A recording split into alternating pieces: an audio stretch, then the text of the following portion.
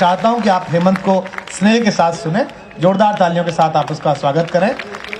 आज उसने सगाई का कोट दोबारा पहना है, इसके लिए बहुत उसे शुभकामनाएं। ये मेरे घर का कवि सम्मेलन है। हम लोगों का सपना होता है कि डॉक्टर कुमार विश्वास जी मंच पर बैठे हों और पे चढ़ने का अगर फल मिल जाए तो ये लगता है कि कवि सम्मेलन के 8-10 की यात्रा पूरी हो गई। मैं एक इंटरव्यू सुन रहा था रोहित शर्मा का।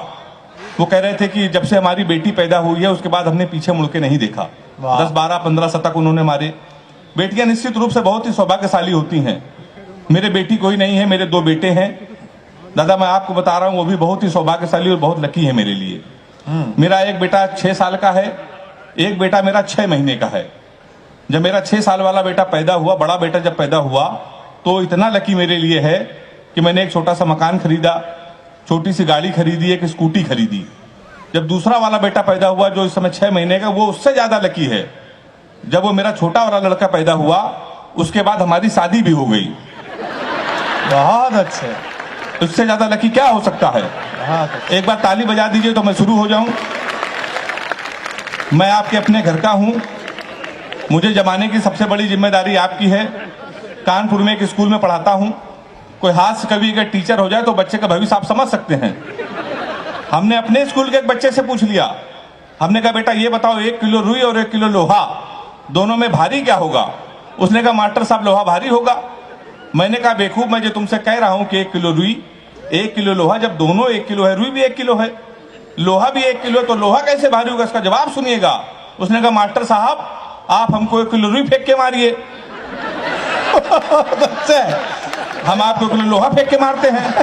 तालियां अभी भी कमजोर है आपकी। बहुत अच्छे। तो आप जान जाएंगे क्या भारी होगा। हमने दूसरा क्वेश्चन पूछा। हमने कहा हिंदुस्तान में सबसे तेज उड़ने वाले पंछी का क्या नाम है? उसने जवाब दिया हाथी। हमने खड़े हो जाओ तुम्हारे बाप क्या करते हैं? उसने कहा दाऊद के गिरोह में शूटर हैं।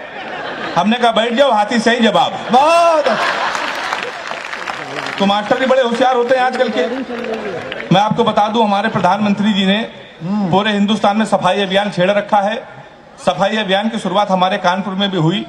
हमारे एक विधायक जी ने एक वृक्ष लगाया, पौधा, उसको आधे घंटे बाद बकरे ने खा लिया। शाम को विधायक जी ने उस बकरे को खा लिया। तो मैं उसी कानपुर का हूं साहब। दादा कुमार विश्वास जी हमसे पूछ रहे थे कि यार ये वीर रस के कवि इस कवि सम्मेलन में क्यों नहीं है? तो मैंने दादा को बताया जब इतने वीर लोग खुद ही भारत में हैं और सबसे ज्यादा वीर लोग तो कानपुर में हैं, तो क्या जरूरत है वीर रस के कवियों को बुलाने की? आपको सच्ची घटना बता रहा हूं। 1 महीने पहले कानपुर के एक हमारे व्यक्ति विजयनगर में रहते हैं, यादव जी, वो हमारे पास आ गए। कहने लगे हम जा रहे हैं डिस्कवरी चैनल। हमने कहा वहां क्या करोगे? कहने लगे हमको शेर से मुलाकात करनी है। जब मोदी जी शेर से बात कर सकते हैं, शेर के कान में बात कर सकते हैं, उनकी फोटो वायरल हो सकती है, तो मैं तो कानपुर का हूं, तो क्या मैं नहीं जा सकता? तो हमने उनका भाई साहब आप क्यों जाओगे, आप नहीं जा सकते हो? कहने लगे नहीं हमको जाना है, पूरी क्वार्टर हमारी जेब में पड़ी है। हमको टोकने की जरूरत मत करो। और आपको सच्ची बात बता रहा हूं कि वो व्यक्ति, वो यादव जी डिस्कवरी चैनल गए और उन्होंने फोटो 2 दिन बाद डाली, शेर के कान में वो बात कर रहे थे।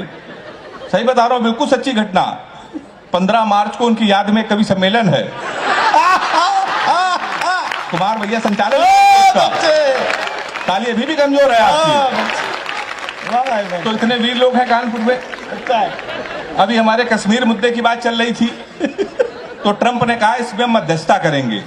तो हमने कहा हमारे मोदी जी इस काम के लिए हैं, तो आपको क्या जरूरत है? आप क्यों मध्यस्थता करोगे कश्मीर के लिए? मैंने 8 पंक्तियां लिखी, मजा आ जाए तो तालियों का महोत्सव देकर मुझे शुरू कर देना। हमने कहा ट्रंप ज्यादा बोलोगे तुम्हारी दस्तार चली जाएगी, सर की पगड़ी।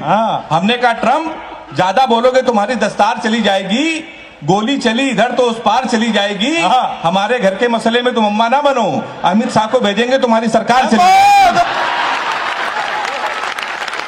अमित शाह को भेजेंगे तुम्हारी सरकार चली जाएगी। ये स्थिति आपको प्रणाम करता हूं। इससे अच्छा आप लोग मुझे क्या सुनोगे? 10, 15, 20 मिनट आपके बीच में रहूंगा। मुमताज जी आएंगी, वो श्रृंगार की बातें करेंगी, प्यार मोहब्बत की बातें। मैंने आज तक श्रृंगार के विषय में कुछ नहीं लिखा। प्यार मोहब्बत के विषय में मैंने आज तक, तो छोड़िए, लड़की को नहीं देखा। 4 पंक्तियां लिखी, मैं प्यार मोहब्बत से क्यों दूर रहता हूं। कि एक फूल, और चौथी पंक्तियों में मुझे तालियों का आशीर्वाद दीजिएगा कि एक फूल तुझे देने के लिए सस्ते में ले लिया।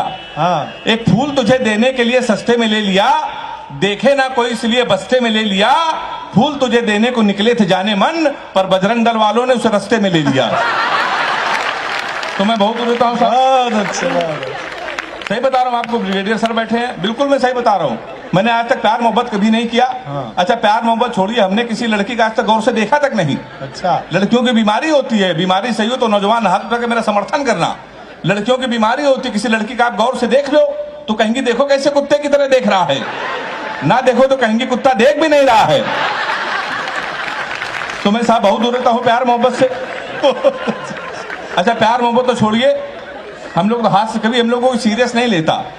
हम लोगों को शादी बहुत मुश्किल में होती है।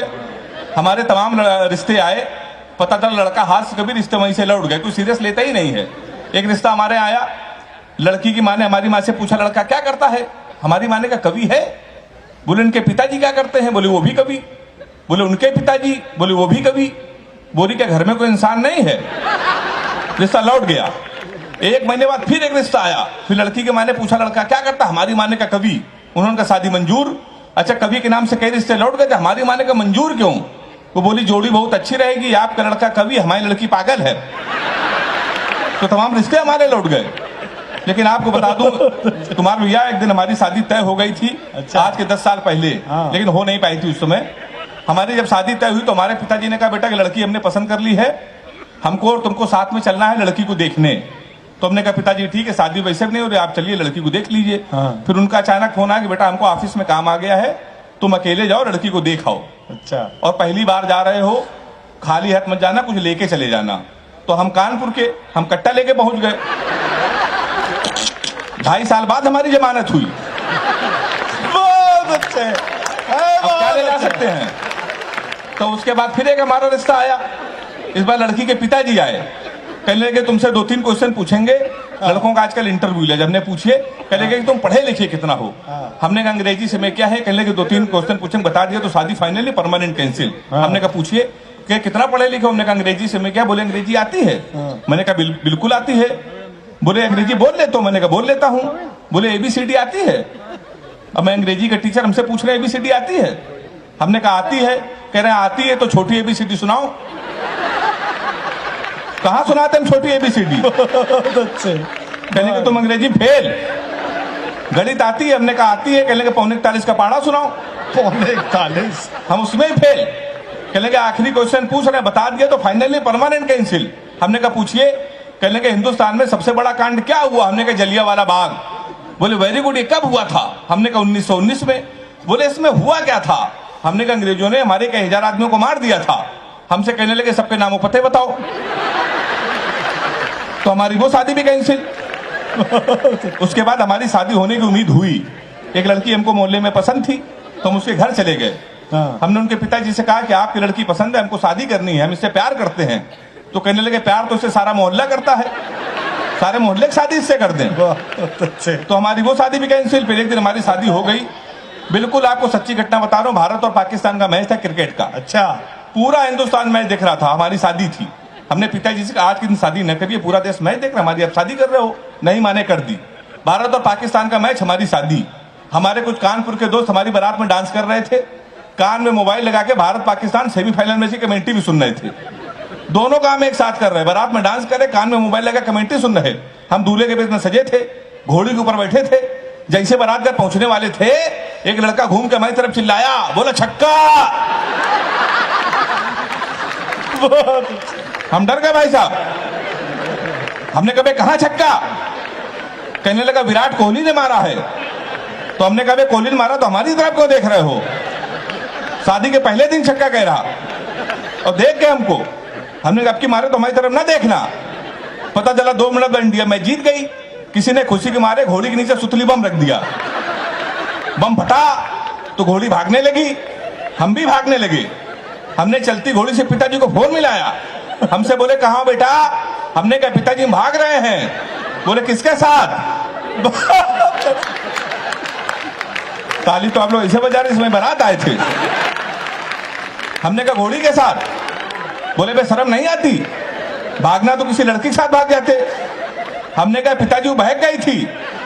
कहने लगे आज घोड़ी बहकी है, कल को गधी बह गई तो उसके साथ भाग जाओगे।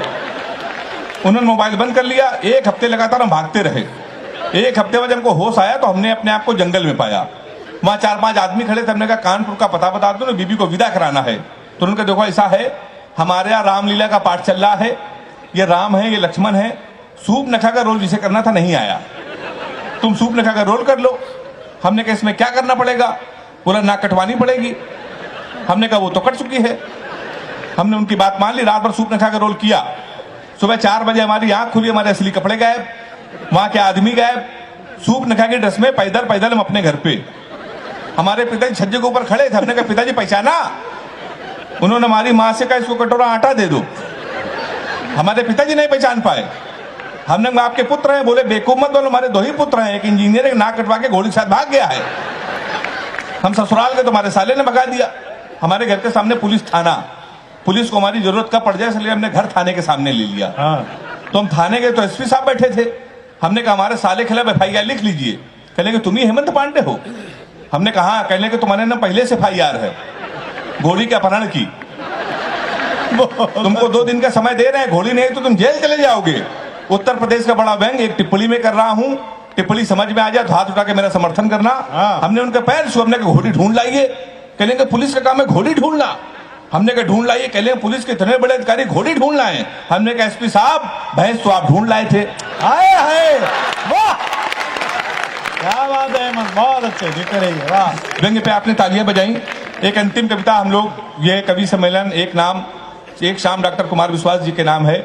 आधे मिनट की कविता पढ़कर मैं अपना स्थान लेना चाहता हूं। अधिक से अधिक डॉक्टर साहब को सुनना है। स्वागत। एक रात में सोया ही था, सपने में खोया ही था, देखा कि जो लोग नफरत के बीच बो रहे हैं सामने खड़े हनुमान जी रो रहे हैं। हमने कहा आप तो भगवान हैं, फिर आपको रोने की क्या जरूरत? और वैसे भी सीता हरण पे आपा खोए नहीं थे, लक्ष्मण मूर्छित पे भी आप रोए नहीं थे। आपने सूरज को निकला, आप मुस्कुराते रहे थे, आपकी पूंछ तक जली, आप खिलखिलाते रहे थे। फिर प्रभु आप क्यों रोए? कलियुग के दर्द से उबे तो नहीं है, किसी कष्ट में आप उबे तो नहीं है, प्रभु राम की याद में आप खोए हैं शायद, और JNU की घटना से आप रोए हैं शायद। कहीं ऐसा तो नहीं, कहीं ऐसा तो नहीं कि आपके मन में निठारी की कथा हो या जलती ट्रेनों की व्यथा हो। प्रभु बोले तेरी बात सही है। इन पंक्तियों में पूरे सदन का आशीर्वाद चाहता हूं। प्रभु बोले तेरी बात सही है, मेरे रोने का कारण यही है, आज हर इंसान हिंसा के दौर में पल रहा है। मेरी तो केवल पूंछ जली थी, आज हिंदुस्तान जल रहा है। मेरी तो केवल पूंछ जली थी, आज हिंदुस्तान जल रहा है। और वैसे भी चुनाव का मौसम आ गया है, कुछ नेता हमारे मंदिरों में आएंगे, हमारी झूठी कस्में खाएंगे। डरता हूं देश आतंकवाद, महंगाई, लाचारी में ना खो जाए, मंदिर मस्जिद के नाम पे कि दंगा ना हो जाए। क्योंकि जो प्यार को सींचते थे कसाई हो गए, कल तक भाई भाई थे दंगाई हो गए। यदि एक भी बेकसूर का खून धर्म के नाम पे बहा तो मैं चैन की नींद कैसे सोऊंगा? अभी तक तेरे सपने में रोया था, फिर हकीकत में रोऊंगा। बहुत अच्छा, बहुत अच्छा।